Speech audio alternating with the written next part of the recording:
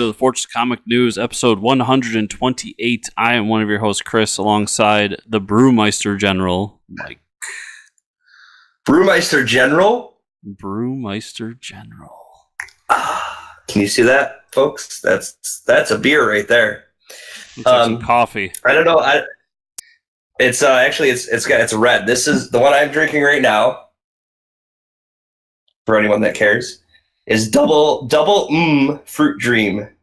It's a Berliner Weiss with raspberry and blackberries. This is from Other Half Brewing. It's actually out your way. Ah. It's a good one. It's a very good beer. That's why I am drinking it. Hello, welcome to the show. Before we talk about any more stupid stuff, we have an awesome interview today with Tyler Wentland. We're going to talk about his book, Red Koi, Japanese / horror creature book coming from Alterna Comics in September. So he's doing a couple issues. And when I saw this project, I was like, dude, samurais, monsters, come on. This book was made for me. So obviously we had to have him on the show. Great guy. So we'll be checking out that interview in a little bit. Yeah, as far as news goes this week, though, a little bit lacking there. A little bit. Let's say. It's almost like San Diego Comic-Con was recently. Yeah, it's, we're in the slump right now. But you finished The Boys, right? I did. So we get to talk about that, all the spoilers. And we have the greatest news to ever happen in the history of anything CW ever. Yeah, this is such a good do we want to do this as part of the news now? We're just gonna do it? Let's jump right into that TV news. All right, we're doing it. So we, last few months we've been talking about the Crisis and Infinite Earth CW crossover that we know has been planned, and there's releasing little tidbits of info. Comic-Con, they said that Brandon Routh is playing Kingdom Come Superman, which I was so excited for. How does it get better than that, Chris? How do you get better than Kingdom Come Superman? That is nothing compared to this news. I know, that's what I'm saying. But this, I thought that was the mic drop. Here we go. So first off, Black Lightning is going to be joining, which is cool because I don't think we've seen any of those characters cross over yet. No, I believe they're in their own universe. Yeah. So, hey, what a great way to bring him into the CW-verse. Also, here it is. Kevin Conroy, everyone's favorite Batman. The voice of Batman. The only voice of Batman that should ever be Batman is showing up in the crossover as an older Bruce Wayne. Hell yes. CW. It's about time. CW, I want to just kiss you because this is amazing. Now here's the thing though. If CW doesn't stick the landing here, they're going to have such a clusterfuck on their hands. Because, like you said, we got Brandon Routh coming in as Kingdom Come Superman. We've got Black Lightning finally coming in. Where, this is going to be the end of Arrow. Mm-hmm. Kevin Conroy's coming in. There's talks that we're going to get Tom Welling back as Superman. If it's a live-action DC property, they're in this crossover. It has to stick. Don't get me excited for Ben Affleck. Don't get me excited. I would love to have Ben Affleck there. It does have to stick the landing, but let's look at the two previous crossovers were epic as hell. Yes. So I really don't think. This is going to disappoint. I think this is going to be amazing. They've done really great with the crossovers. The shows as a whole, I think, are really good. And I do think they're a little bit too long, but I do enjoy them. But the crossovers are been awesome. Every time we've gone into one, I'm pretty sure I've been the stickler, been like, I don't know about this one, Mike. And every time we come out of it, it's like, oh, this is awesome. This is great. Batwoman looked fantastic in this one, so on and so forth. So, I'm excited. And the fact that Kevin Conroy is going to get a spotlight on him, actually the face, Kevin Conroy, not just his voice, the man is going to get a spotlight. Right. It's well-deserved. Right. I'm super happy. The only thing that makes me sad is knowing that I'm sure at some point when this was in the planning, Adam West was in there as well, and he can't be a part of it. Other than that, we are getting every live action TV DC property character. Like, it's just, I'm so excited. I need it now. Oh yeah, hurry up! I can't wait. So with that, we're gonna jump into the boys spoiler talk. Spoilers. Yeah, so if you haven't watched The Boys on Prime, I'm sorry about this, but we're spoiling it. So, 8 episodes. I'm so excited for season 2. I don't even, where do you even begin? All the actors, let's start off with the actors. The casting, I think, for all the actors is cool. I talked about this already, but the characterization that we get compared to the comics, because the comics don't really, I mean, like Maeve and the Deep, it doesn't really dive into those characters at all. The Deep is like the best comedic part of the show. I mean, that guy can't catch a break between like the dead dolphin and chatting up the lobsters at the grocery store. Like, that must be so much fun to write that character, dude. Yeah, he's like, I'm gonna set you free, buddy. Order the lobster, they just tear it apart at the grocery store. As somebody who hasn't read a bunch of The Boys, like, I think I've read the first volume, and that's wow, really? Yeah, like, I still really enjoyed it, and I did go out and I purchased the entire series. They had a Humble Bundle for it, the entire, like, a whole bunch of Garth Ennis stuff. Or is it Warren Ellis? I always get those two confused. It's Garth Ennis. Okay, it is Garth Ennis. They had a whole bunch of stuff on Humble Bundle. It came with the complete Boys, so I'm going to read it, but without being a mega fan, like, this show was fantastic. I love what they did with the whole turning basically the Justice League into a mega corporation with political influence. The whole, dealing with a lot of the things we're dealing with in society today, like, right off the bat, Starlight coming in and being sexually harassed or raped, if you will, by one of the characters, and having that whole backstory going on. And then the characters of the Boys, like Frenchie and all the other guys, were awesome. They were all unique. They all had their own a great back and forth between them, and I just loved how they worked together throughout it. And and everything about it. And then the ending was both awesome and super annoying because I just want season 2, which is exactly. It ends on like a huge, it ends on a huge cliffhanger. Why you want season 2, but like, dude, that whole. So let's the ending right now. But I think it was like episode 5, whichever episode is the airplane episode. I made the mistake of like, I was laying in bed watching the last like 10 minutes of the episode before I went to bed. The airplane episode where Homelander and Maeve land on the airplane, right? And then they realize the airplane is going to crash and we can't save all these people. And she's like, well, can't you lift the airplane or something? He's like, I have nothing to stand on. It's like, oh my God, physics exists in this superhero. Like, you can't just be like Superman and just carry a plane with nothing, like, there's no force underneath his feet. So he just, guides the plane. He's like, I can't carry a plane. And it's like, oh my God, they're all dead. And he's like, we can't bring the children because they'll just tell everybody what we did. That scene it felt like it lasted way too long, but it didn't. I mean, it was just like, it was so gut wrenching and heart wrenching to see that unfold of like, man, they're just going to leave this plane to go down. And then like the shot of them behind the plane while it's going down.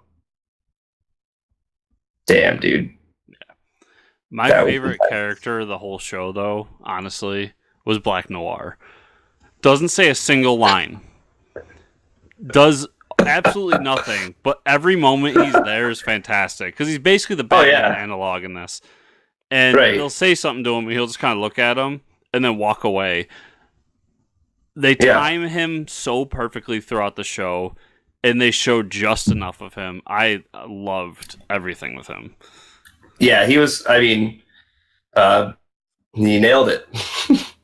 Yeah. So for season 2, I'm really excited.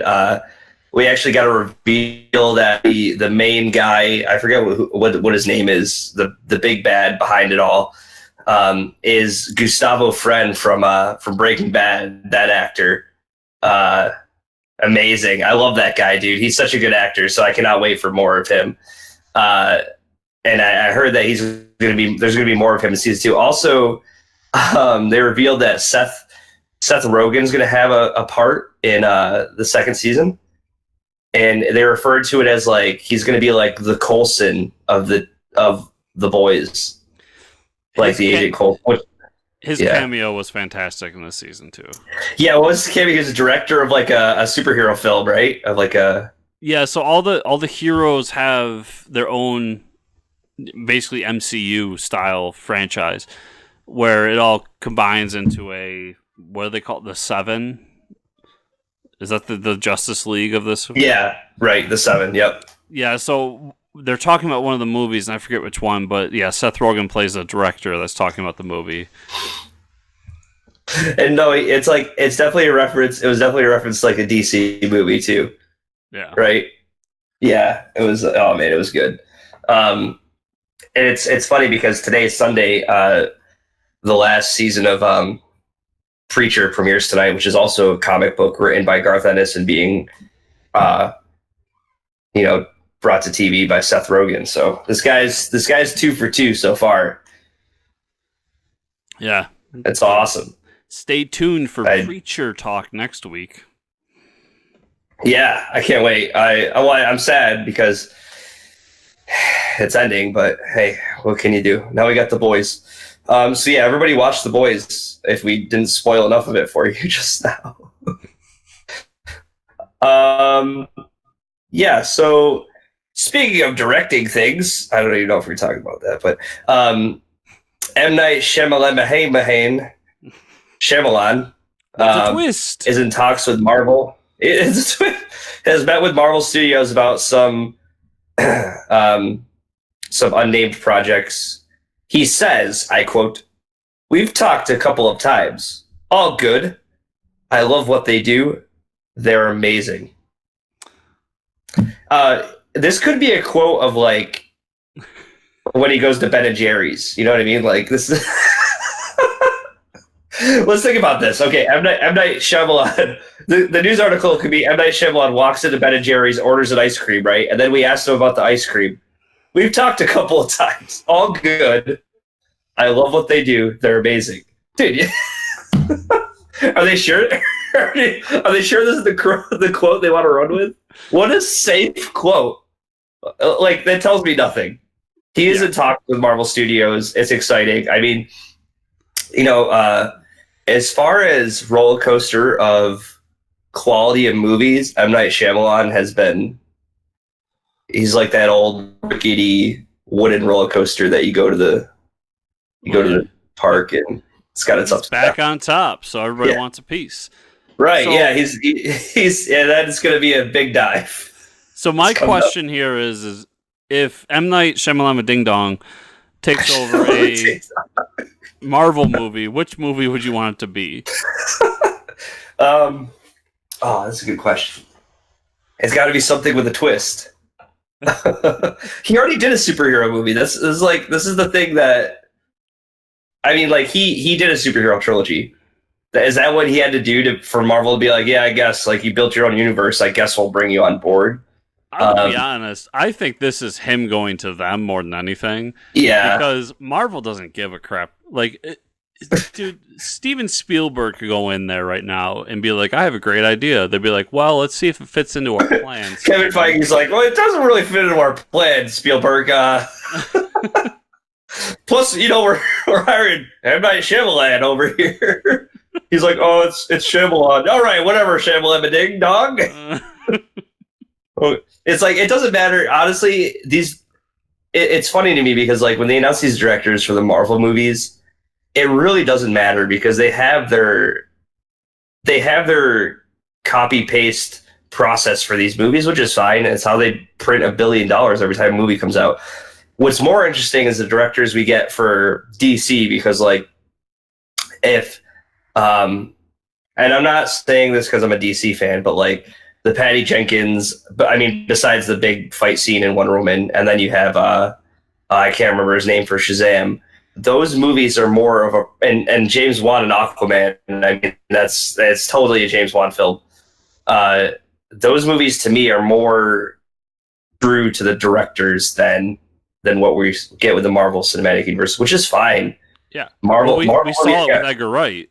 Right. Yeah. I mean, they let him go. So yeah, I completely agree with you. Like, there's no universe to speak of in DC, good or bad. It's just the truth, and it doesn't. So they don't have to fit into a universe like they do with Marvel. Right. Like, even when you talk about, James Gunn did 100% make Guardians relevant and his own. But I also think that you could have come in at that point and said, this is what I want to do, and do something unique. But even with all the hubbub and bringing back James Gunn, and I'm glad they did, I still think that you could make a Guardians 3 without James Gunn. Mm-hmm.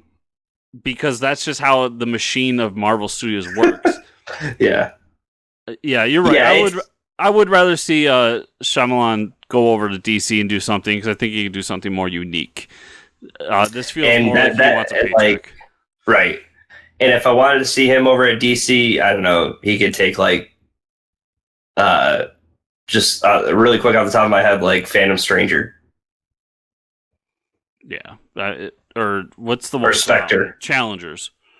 Oh, the Challengers? Yeah, Challengers would be cool. Yeah. But I mean, being said, I don't know. This is how bad the news has been this week, though. I literally I read all the news that comes in, then I filter it out for you fine folks out there in the pod world. Yeah. I literally read an article that was all about how Kevin Feige has too many hats. It's amazing because, like, I was looking for articles earlier too, just to make sure that, like, there wasn't actually anything this week. And one of the articles I came across was like, oh man, who's the guy that plays Steve Amell, right? He plays Arrow. Was like, Steve Amell says that the Arrow show has gone downhill after the actress that plays Felicity left. And I'm like, what? I was like, do you even listen to the fans? Because they wanted Felicity gone a while ago. But yeah, that being said, I think we beat that like a dead horse for sure. And I really do think that's a quote about M. Night Shyamalan at Ben & Jerry's, but whatever. I just want to say one more time, M. Night Shyamalan Ding Dong. It's fun. Say it out loud, everybody. M. Night Shyamalan Ding Dong? Whatever. The twist. The twist. And here's the twist. We're going to cut to this awesome interview that we have with Tyler Wentland, and we'll see everybody on the other side. And welcome back, everybody. Today we have a very special guest. We have Tyler Wentland from Alterna Comics here to talk about his new book, Red Koi. Welcome to the show, Tyler. Thanks so much for having me. Yeah, man. I'm so excited that I found Red Koi on Twitter. Just happen to see it. It worked. Perfect. Yeah. I mean, we've had a lot of Alterna people on here, but I don't know. This one I didn't fly under our radar, but I'm glad we got you on the show.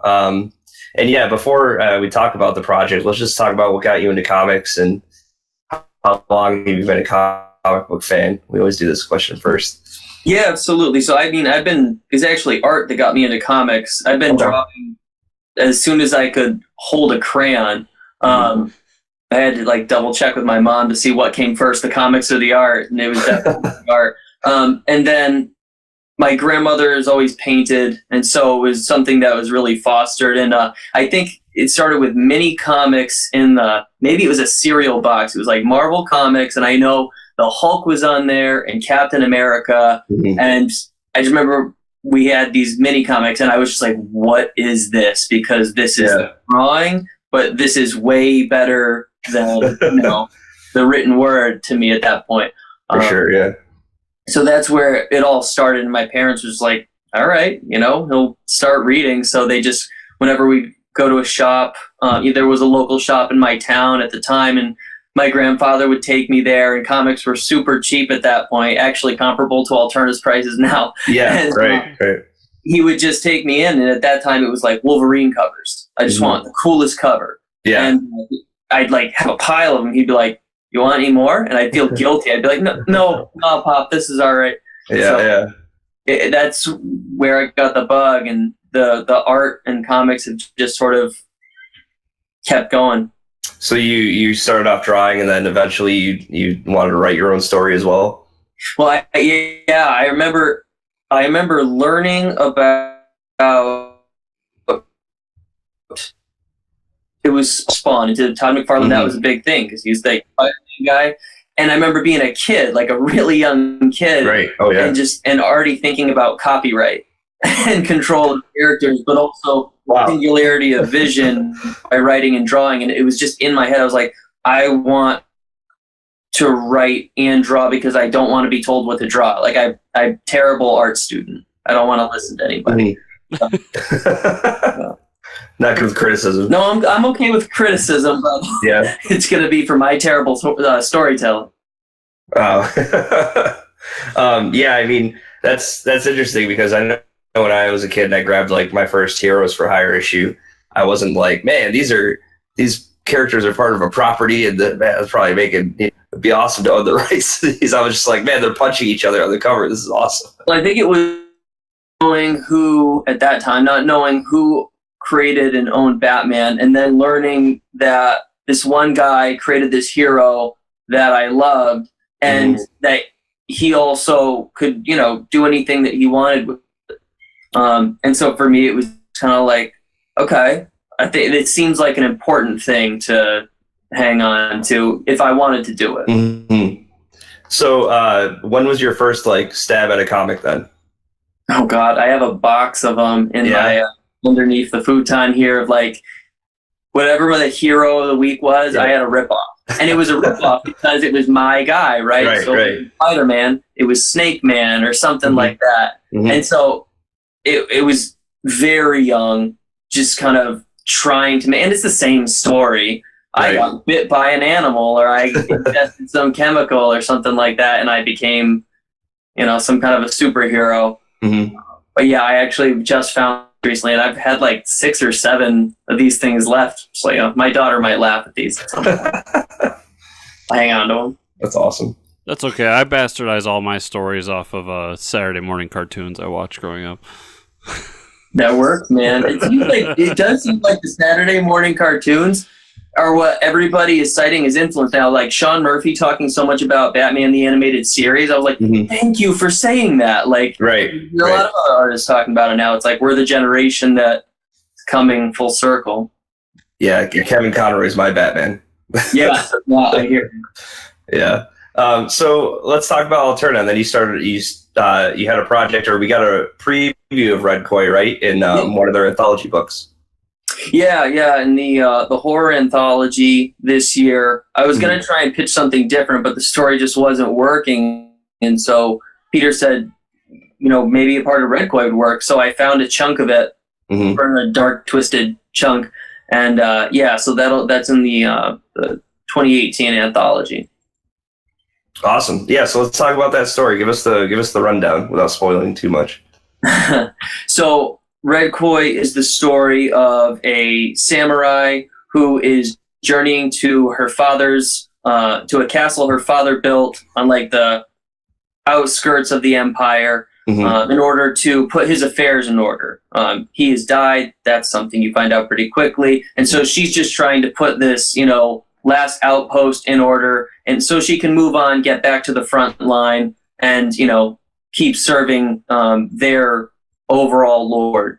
And she gets there and she realizes there's some pretty creepy, twisted things happening here, and pretty soon has to deal with some really dark and sinister forces that she finds out kind of sparked everything in motion.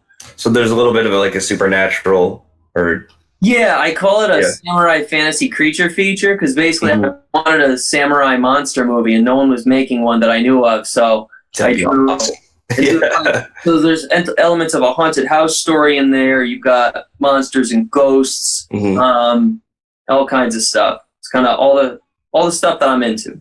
Yeah. So where did the interest for like the samurai come from? Is that just you? Yeah, I was trying to make a Viking shield maiden story work, and it just wasn't working.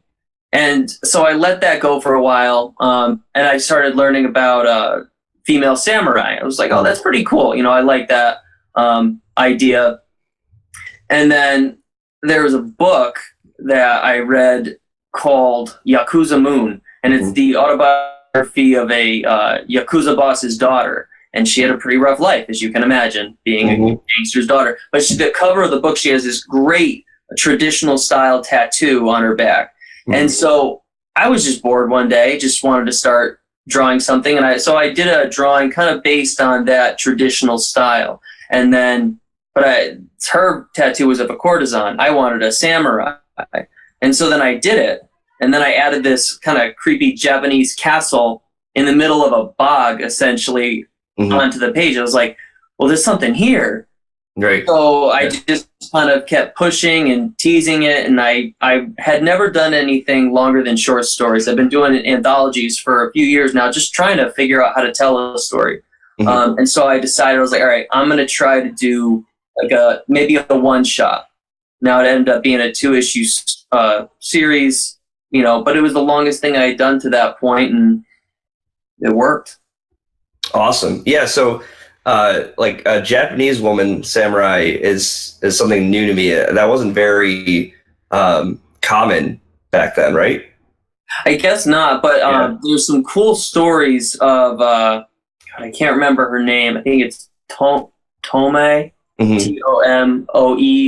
She was this really well-known. I think she was the wife of a samurai warrior, but very like fierce on the battlefield. Like I think she died by riding across the field, taking the enemy lord's head, and then getting like pelted with arrows. That is so metal. It was really the most badass way to die. Wow. And I didn't think about it much, but I was a big fan of James Clavell, who wrote Shogun. And I learned in that that there were whole samurai families. But that was the first time I heard about, one that she wasn't going to stand on the sidelines. She was going to fight. So I wanted to do that and just kind of see where the story went. Yeah, that's really cool. And so when are we going to get the first issue? First issue should be coming out, I think, the first or second week of September. It got pushed back a little bit. I still have to put that on Twitter because I want to do a signing at my local shop because they're very supportive. Stairway to Heaven Comics in Newington, New Hampshire. Awesome. Oh, nice. You're nearby Mike. Yeah. Oh, cool. Yeah. You New England guy? Yeah, I'm in Massachusetts. Yep. So I should probably take a road trip out for that. Cool, man. Yeah. I'll post it once it's finalized. Awesome. So, curious on editorial side, being a writer and the artist for the book, like how has it been dealing with having an editor and having somebody kind of critique you on both ends? I don't have an editor. Oh, you don't? No. So that's just honesty right there. But Peter of Alterna, I've been in touch with him for years because he published my first work. So he was really the first one to see me write a story that made sense. And I cheated because I took up Hercules' First Trial and I just sort of interpreted it in my own way. And I was like, okay. And then I did another story the following year that was all me, just completely my homespun story. And it still worked. And then talking to him about Red Koi, we were at, I think, a free comic book day signing. And I just bring my original art wherever I go just because people like to look at it. And he wandered over and he's looking at my book. He's like, so what's this? I was like, sort of samurai book I'm working on. And he's just like, maybe you want to let me see it. Like, maybe show it. I was like, all right. So we did. And, there's a lot going on. Obviously, there's always a lot going on with Alterna. They're doing great. But, it was an ongoing conversation about, would the story work for Alterna? And he was very happy with it. So, and I mean, the thing that I respect about Peter and that I like about Alterna, he'll let you know if something's not working. There are things about, my art from Red Koi that weren't working. Like the logo wasn't working. So Nick Welch, who colored it, he designed this incredible logo for it. So yeah, sorry, long answer to a question. But one thing I will say about taking criticism, that learning to take criticism and not take it personally, that was one of the most important things that I learned probably. I think in 2014, I really started showing my stuff to everyone, to posting it online and looking at the criticism as ways to get better. In 2012, I had a great portfolio review in that this artist told me everything that I was doing wrong by I'm mixing styles and I was still trying to find my voice. And the lessons he gave me, I use to this day. So yeah, I'm always trying to get better in writing and drawing. So if you have notes after you read it, don't hesitate to share. Yeah, for sure. And so it's a 2-issue micro series you're calling it, right? Yes. Yeah. So is this almost like test the water? Do you have more stories for this character, or you're not sure yet?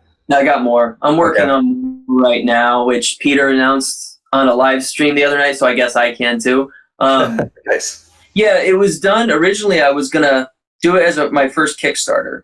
I was just gonna do 45, 50 page book and see what happened. And then it ended up getting picked up, which I did not expect, but I was, very happy about.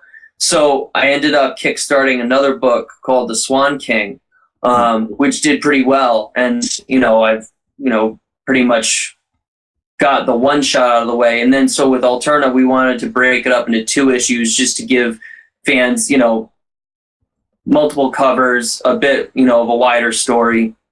And the reaction has been so great that, I want to see how far it can go.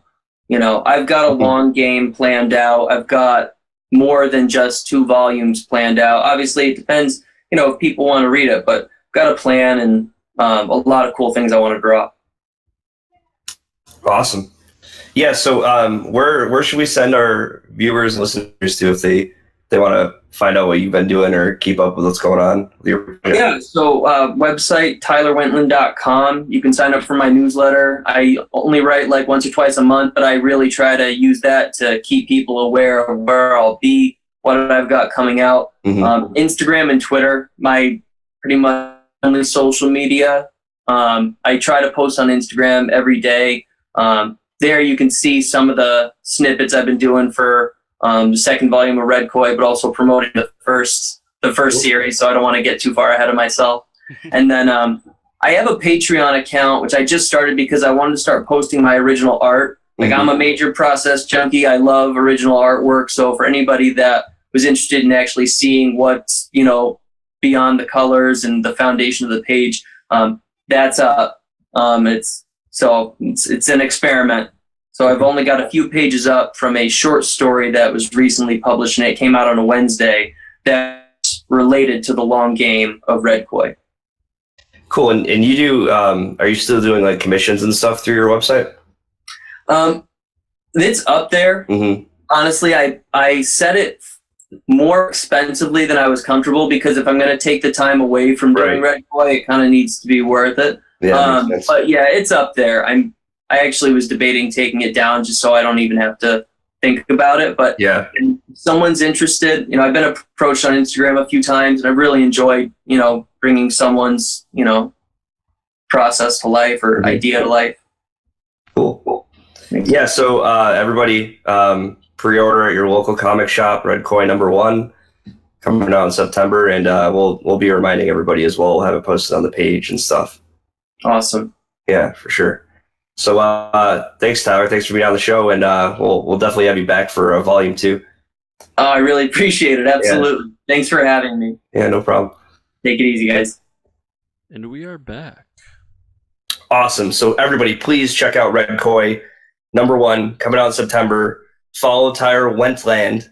Do not search for wetland because you'll get a lot of bodies of water within the U.S. Very confusing, aquatic stuff that I don't understand. I don't have the mental capacity to understand any of that. I do understand comics, and this guy, we read a preview, and I was intrigued, and this guy can write comics. Check it out. That's all I can say. What Mike said. Right. Okay, so now we're going to get into the comic book news. Tom King and Mitch Gerads, the Dream Team, are back, and they announced a new project, Strange Adventures. It's going to be Adam Strange book, grappling the dark questions of the Ron Thanagar War. Cool.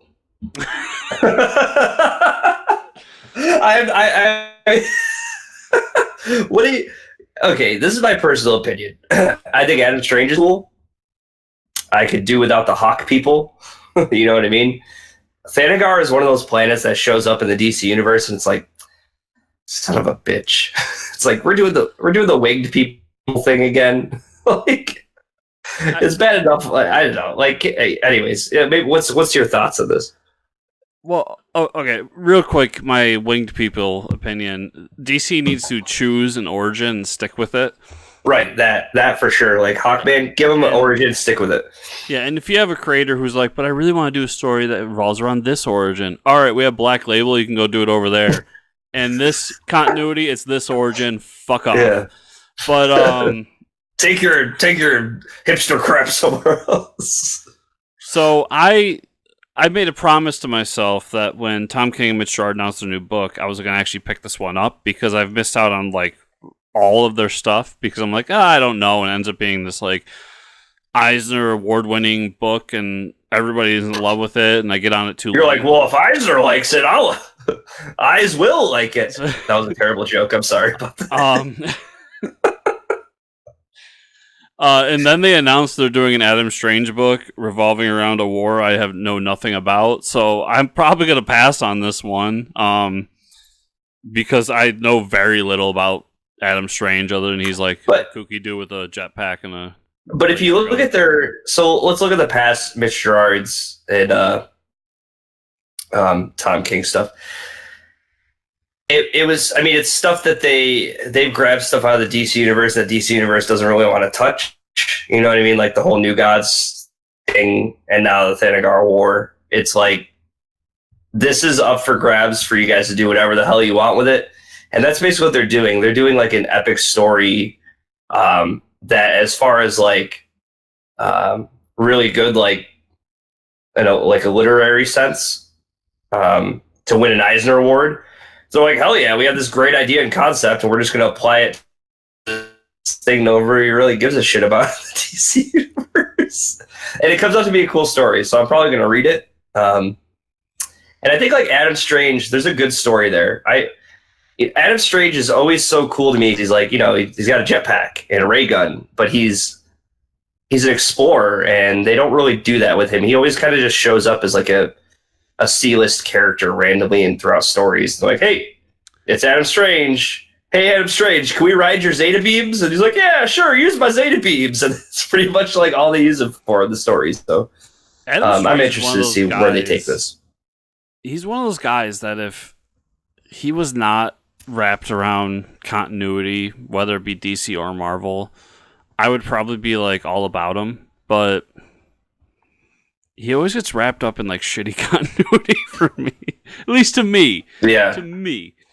So yeah, I'm gonna pass on this one. I'll be wrong in what is it? It comes out in January. So in 2021, you're gonna tell me I'm wrong, and I'll be fine with it. And then I'll probably pass on his next book because I'm gonna make that promise again. And then he's gonna come up with, I don't even know, Dino Pig the Mighty, and I'm gonna be like, "What the fuck is Dino Pig?" No, it's gonna be a Blue Devil book, obviously.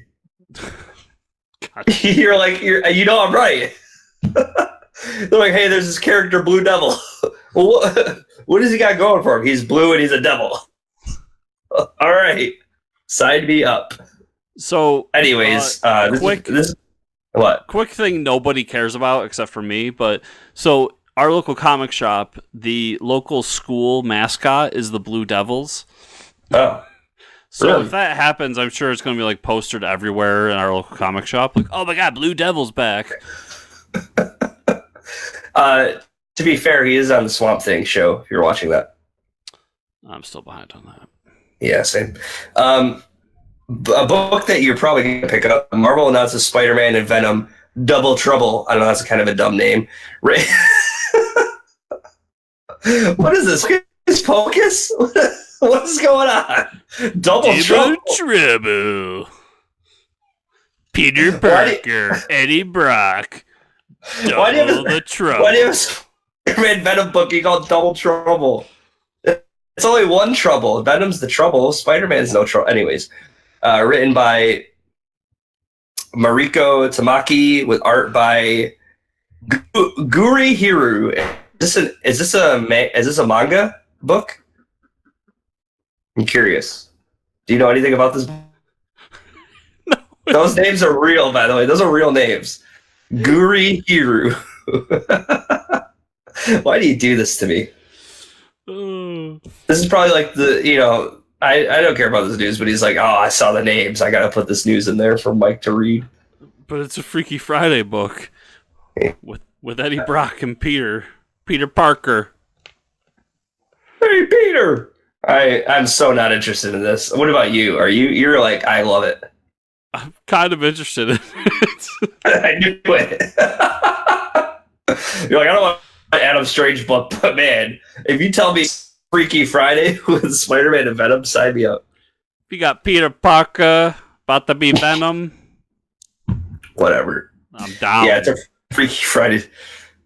They switch like bodies. Clown, Charlie Brown. They switch bodies, so I mean, I don't know. We'll see what happens. Probably gonna be real stupid, but I'm gonna love it. I'm sure the Spot will show up. It'll be fantastic. That's my hero. You're like, what shitty villain's gonna show up? Your favorite shitty villain, the Spot. Still got my first appearance on the wall. Oh, we know. Anyways, okay, let's talk about what we read this week. Off the rails. Yeah. We got to come back down to earth. Okay. The Batman Last Night #2. You want to talk about that book? Damn right I do. What a crazy book that week, huh? There's like, it's the second out of the third and final issue, but they're just kind of split up into chapters, right? So I guess, well, I mean, we gotta go through what we saw in the book, but Batman, he's traveling with the Joker head, which I don't really understand, but it's comic book science, whatever. He finds Lex Luthor. He goes to the Fortress of Solitude. He gets attacked by Superman. Come to find out, it's like a weaker clone of Superman. He finds Lex Luthor, who's gone crazy. He's built his own farm that mimics the Kent farm. There's all these like, dozens and dozens of these Supermen. And he's been altering. This is a lot of comic book science, but he's been altering something with the timeline to make he wants the real Superman to come back because nobody knows where he is. He's dead, and we find out why he's dead. That's a whole other story, but he's doing something with the timeline to try to get the Superman ship to land from another dimension onto the Kent farm, which is pretty cool. He's trying to make the whole thing happen again, right? But it doesn't seem to be working out for him. So while Batman is there, they get jumped by some of the Legion of Doom, and Scarecrow's there, and they take control of some of the Supermen, and it's a huge fight scene. And then you get Wonder Woman shows up, dude, and starts chopping heads off. That was pretty badass, right? Yes. And she's like, all right, we got to get out of here. It's like, well, where are you going to go? And then they find, what an awesome scene where they find the Spectre's cloak. There's so much comic book science in this issue, right? So my overall thought is that Scott Snyder has gone full Grant Morrison. Yeah. But let me explain so Spectre's died. We find his cloak laying there. They use the cloak as a portal to get to Gotham somehow. On the other side of the river Styx. River Styx, which is, you know, everybody knows from Greek mythology, right? Is the, you know, it's how you get to the underworld, right? Yep. But that was a pretty cool scene, like Batman and Wonder Woman on the River Styx. He like sees all the people. What a great friggin' splash page that Greg Capullo got to draw of all the Justice Leaguers that have died are like calling to Batman. That was pretty awesome, right? I mean, yeah. There's some epic moments in this book. And then he sees Alfred calling to him, and then he knows Alfred's dead. Dude, what a great scene. Pretty awesome. But yeah, so basically they get to Gotham. Batman's like, oh my God, Gotham's all shit. And Wonder Woman's like, I told you. And then, you know, they're greeted by the special force squad that shows up. Just happens to be the Court of Owls because Scott Snyder, and who was leading the Court of Owls? Dick Grayson himself, the mighty Duckman. And he's, he shows up and he's like, what, Bruce? And he's like, what, Dick? And then they basically say, like, you're going to have to fight Omega to be concluded. Yeah. So, once again, with this book, you've skipped over my favorite part of the whole book. Wait, which one was that? So, the beginning, they're doing a bunch of traveling. Batman and Joker head. And I love Joker constantly asking to be a Robin throughout this. Oh, yes, right. And I love the part where they lose their horse because a Speed Force tornado comes, and it ends up that it's all the Flashes stuck in a Speed Force tornado. That when something gets inside of it, it ages them to their death. That was fantastic. I forgot about the Speed Force tornado. Book is awesome. Mm-hmm. Love it. I agree. Love it. Yeah, I can't wait for the conclusion. Scott Snyder, Greg Capullo, man, those guys are dynamite. Paper Girls came out this week. I have not read that yet. I did read the Green Lantern Annual. Man, was this a Grant Morrison story? I don't even know where to begin. It was an awesome Grant Morrison story, but dude, like Hal Jordan's at like family dinner, and these creatures from like a different frequency dimension show up through and they can travel through your phone and stuff. And I don't even know where to begin. Hal Jordan has to fight them. One of his relatives has like radioactive powers, and gets possessed by these things. So then he has to like try to convince them that, he has to it's weird. And when he creates enough like disruption of the family arguing with each other, and it causes these creatures to like freak out. And dude, it's so weird, but it's awesome. Grant Morrison, where it's like throughout this story, you're kind of like, I don't know where this is going to go. And then it kind of resolves itself and you're like, oh man, this is awesome. I think it was kind of his like attack on social media, because there's always like that underlying plot. And it's always usually that humans are stupid or something like that. But I think Grant Morrison's back in the DMT. Yeah, I think so too. I think he took a few drugs before he wrote this one. It's good though. I mean, I talk about this Green Lantern run by him all the time. It's Grant Morrison. So if you don't like him, don't read him. But that was it for me this week. All right. So first I got Batman Who Laughs #7 of 6.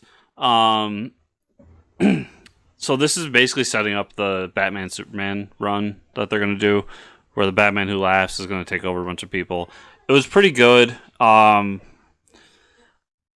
It definitely felt like a tacked on 7th issue in a 6-issue miniseries, but good nonetheless. I love Jacques' art. I think he's fantastic.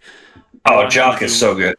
I want him to do more horror stuff, though. Like, there's moments in this where, throughout the series, actually, where Batman's kind of losing it and he starts seeing things as the Batman Who Laughs sees it, and they're basically horrorized versions of whatever it is. So, like, one of them is our Batman seeing the Batman Who Laughs as like a vampire gargoyle thing, and it's just awesome.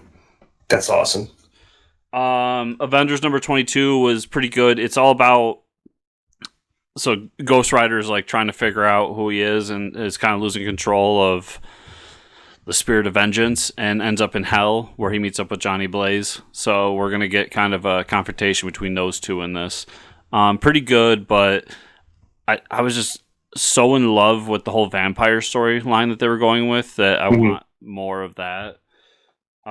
Star Wars Age of Resistance special, probably the weakest of these one-shots. This has a bunch of B-list characters in the new movies, and the stories were, in my opinion, they were stories that really didn't need to be told. And they didn't really live up to what the other books in this series have been, at least in my humble opinion. Conan Barbarian number 8 was all about Conan going back home, and his entire village is taken over by this demon, and he has to save them.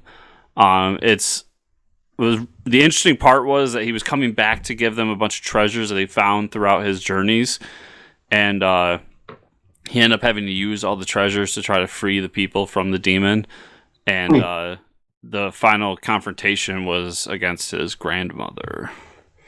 Conan's grandma? Conan's grandma. Does she have a beard? She does not. Ah, damn. But there was like a bear warlock. That was pretty. That's pretty awesome. I want that to be my new D&D character. So are you a bear or do you cast spells? Yes. Owl bear warlock. Owl bear warlock. Speaking of D&D, the Realm number 14. Nice. This was issue centered around the family that our cast character has been staying with. Their son has been taken over by this spirit that mimics him in every way, knows his thoughts, can talk like him, but isn't really him. And they have like kind of a back and forth with the family where they say like, this isn't your son. You need to kill him before the spirit eventually kills your son, then takes over you. But the family is like, well, that's my son. He talks like my son. He acts like my son. He knows everything my son, like, to me, that is my son. So they have like kind of this discussion of, is it really him or not?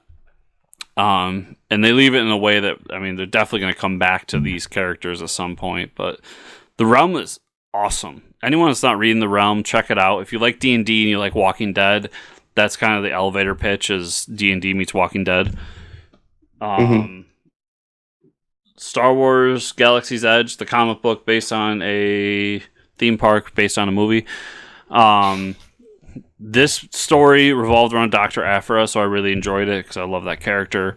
And just another fantastic issue in this series. And then my two deep dives are going to be Powers of X number 1 by Hickman. This was the other side of the House of X story. So this is showing the different time periods in his X-Men timeline. So Hickman's going to go deep into time travel in his run, it seems like, because we get a past X-Men, we get a modern X-Men, we get 100 years from now X-Men, we get 1,000 years from now X-Men. And it's very confusing. Nimrod's at the middle of it, and it's fucking crazy, but it was really good. It's 1,000 years X-Men, huh? Yes, just like the last issue, it is a deep read, and we get kind of a glimpse of what the mutant robot war is going to look like and what the aftermath of it is. Like I said last week, I'm excited for X-Men for the first time probably in my life, so I'm down for it. Awesome. And then Captain America number 12. Uh-oh. So, Cap is wanted. He's out of jail. He's wanted. And he has a talk with Sharon.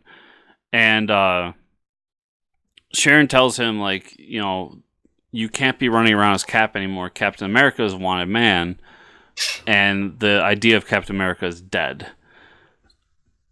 And this all stems from the events of Secret Empire. So their solution is that, spoilers, Steve is going to now run around as Steve Rogers. Now, in a world where there's no secret identity, Steve Rogers is still a wanted man. Like, you're not going to get away with it.